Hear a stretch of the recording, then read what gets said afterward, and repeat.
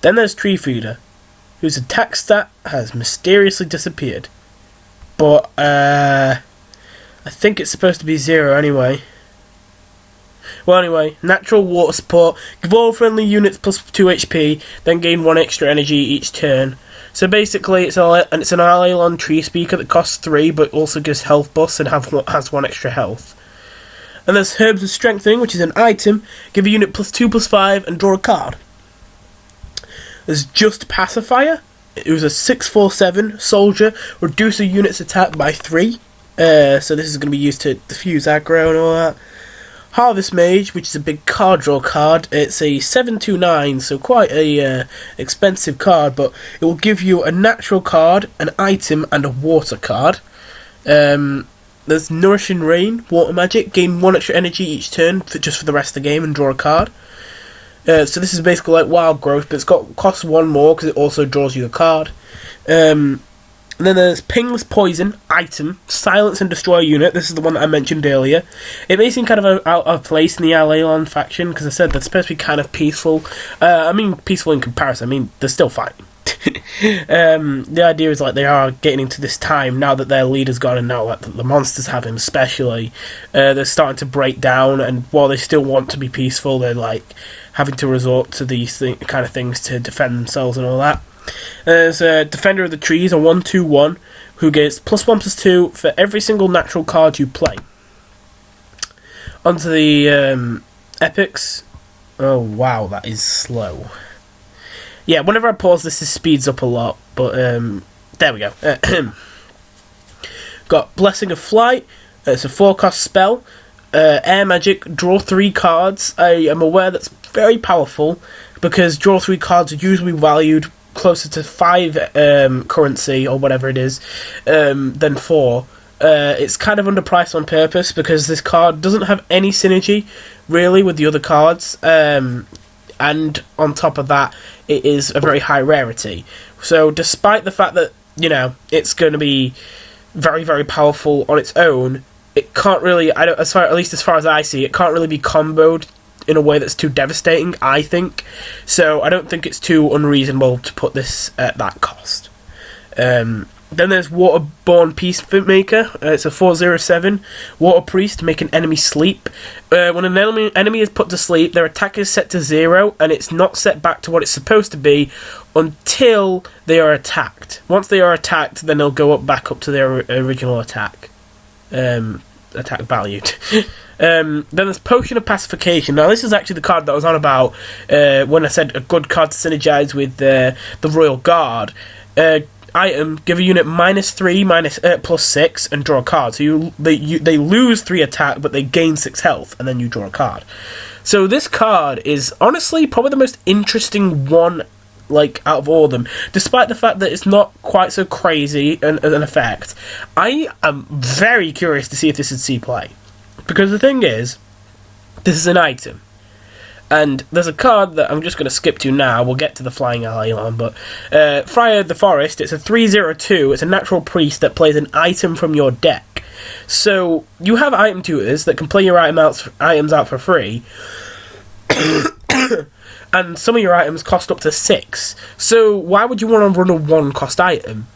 It is an item still, but you know, it's not going to be worth playing from it, and you might not want it in your pool of items. Since I forgot to mention this, but there'll only be 5 slots for choosing something from your deck. So if there are more than 5 items from your deck and you play this, then it'll just show you the top 5 in your deck.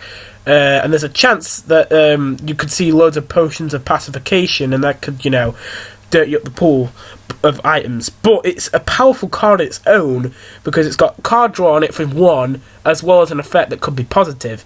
And this can be applied to both enemies and allies. You can apply this to enemies to, again, diffuse an aggressive stat line, but you can also play this on allies to, well, most of your allies have 0 attack or very low attack, or no attack and defense, as I said, anyway.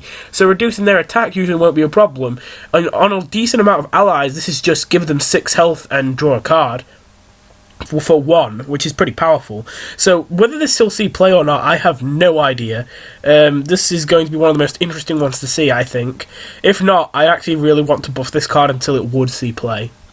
Anyway, and then there's Flying Alailon, which is an air soldier that attacks twice. It's basically a Wind Fury. It's a 5/3/6. Now, that may seem overpowered, and there's a chance it is. The thing is that although it's a 5/3/6, attacking twice basically means double. It does double what what its attack says it does. So actually, it's a 5/6/6, which sounds overpowered, but especially since buffs would also double the attack. Any attack buff effects would be doubled, but like that's a very niche effect, and there aren't that many attack buffs in this class to begin with. I think the only one is Herbs of Strengthening, +2/+5, which isn't a crazy attack buff.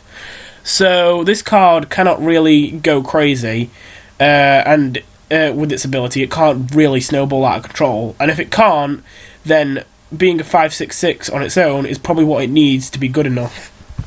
Anyway, then there's probably the strangest legendary of them all. I just had this idea, and I thought, well, I've got to put this in the Alailons, but I have no idea if this is really fitting for it, because all the legendaries are supposed to be your ramp targets, and yet, however, this is the one card in the game that is free. This card costs nothing, and it's a 1/2. Which is straight away a better stat line than some 1-drops have. And its ability is, it's a soldier. When destroyed, if there is a friendly unit next to this, it resurrects itself. So this is a free unit that can never die as long as you keep other units by it.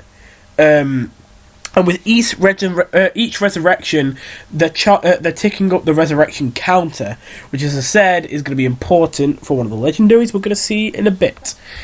So there's a decent chance this card could be overpowered, but at the same time, while you may think of a 0/1/2 as pretty crazy, in this game, there are going to be people who have 50 health. A 1/2 is probably not going to be too devastating in that situation, even if it is free. And also, being a 1/2 is pretty good, but it still, despite the fact that it is a 1/2 for free, it still takes up a card in your hand. Like, when you play a free unit, you may think that you're not spending anything, so it's crazy value because, you're getting something for nothing, but really you are trading something for that thing on the board, and that is a card.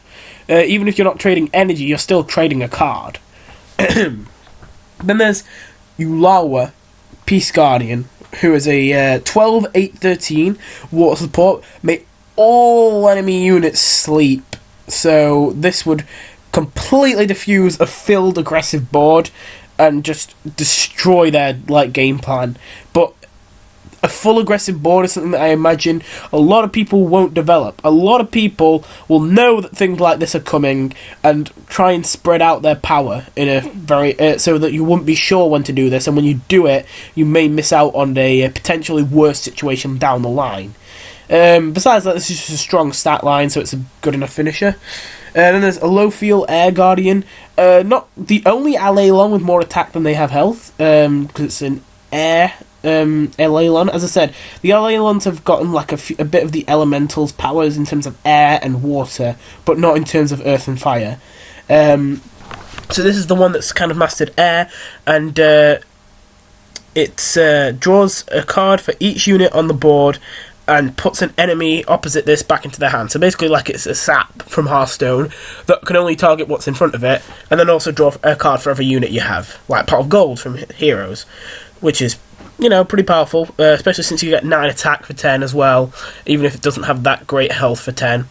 So yeah, I think this card will be pretty good, but I don't expect it to be the complete meta breaker or anything, but I don't think it should be, really, because this almost gives Alailons a little bit of potential to be aggressive, and not really, but kind of. Anyway, then there's Arunel, Life Guardian, who is a 10/4/6 natural priest. Resurrect a unit and gain +2/+2 for each resurrection done this game. The resurrection happens before the buff, so at the very worst, this is a 10/6/8.